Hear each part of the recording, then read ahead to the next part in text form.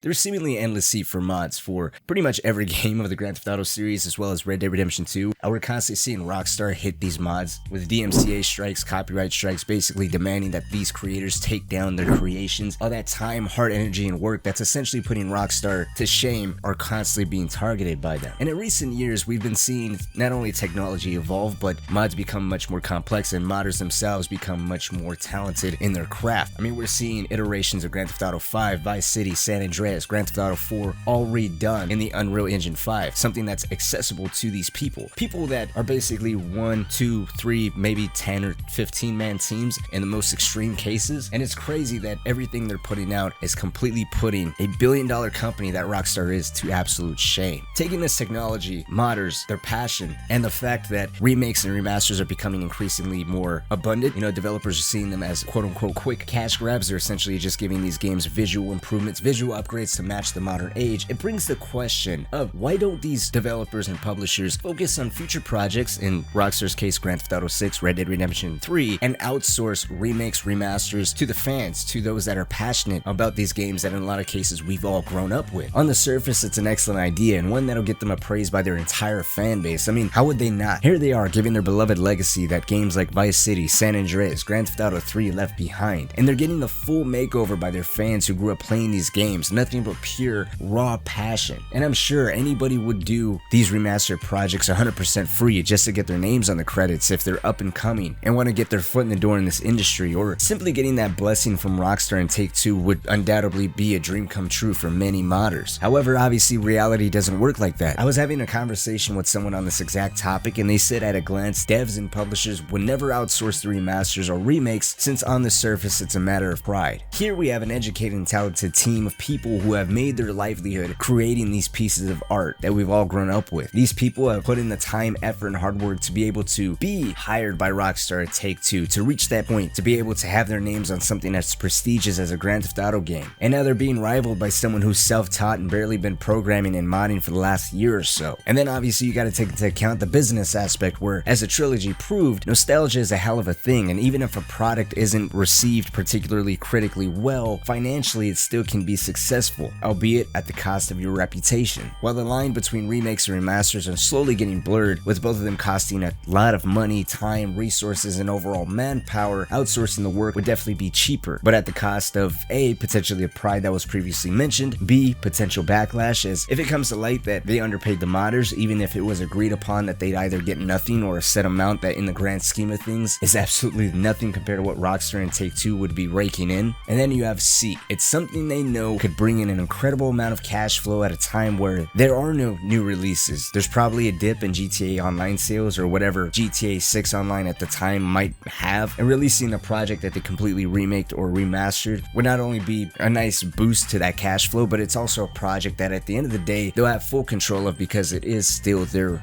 IP. And I get it, it makes sense. Naturally, if you created something, especially something where at that time it already generated a decent amount of controversy and you already went through all the BS that initially created back in the day, and now you have fans, modders, people that weren't part of that original vision trying to not only restore it but maybe implement and add some things that they feel would make the experience even better, but also generate even more controversy these days, since humor evolves. Things that are socially acceptable and unacceptable also continuously evolve. Things that were bad back then potentially could be worse and detrimental to your company's reputation. I guess you can also make the argument that where they're saving time, money, resources in the actual process of modding and restoring, you're now going through the process of having executives, people on the higher end actually go through this product, probably replay it themselves and say, okay, this, and this has to be taken out, or this and this has to be added in for this or that reason. I don't know, it's kind of a little bit of a complicated question. I guess you can tackle it in either way, but something you can't deny is that fans continuously put games to shame, whether if that is pure raw passion that at the end of the day the corporations just don't want to implement it because obviously again at the end of the day it still is a business, or and with the Unreal Engine 5 and people becoming much more talented and this technology continuing to evolve, maybe it's just them building off of assets that the devs have already struggled to put in place. But I'm gonna pass this question on to you. What do you think about all this? Do you think devs and publishers moving forward should actually outsource these projects, give baselines of what is and isn't acceptable in these remakes, remasters, give these people a flat rate of how much they're getting paid for their hard work? And then a big one is turning around and reselling these games at indie game prices. You know, a AAA game these days go 60 to 70 bucks. Indie games go anywhere from 30 to 50-ish, so still a little cheaper. And I'm sure something like that, Rockstar is still making a pretty penny. But let me know what you guys think. I'll be down in the comment section reading and interacting with you guys as much as I possibly can,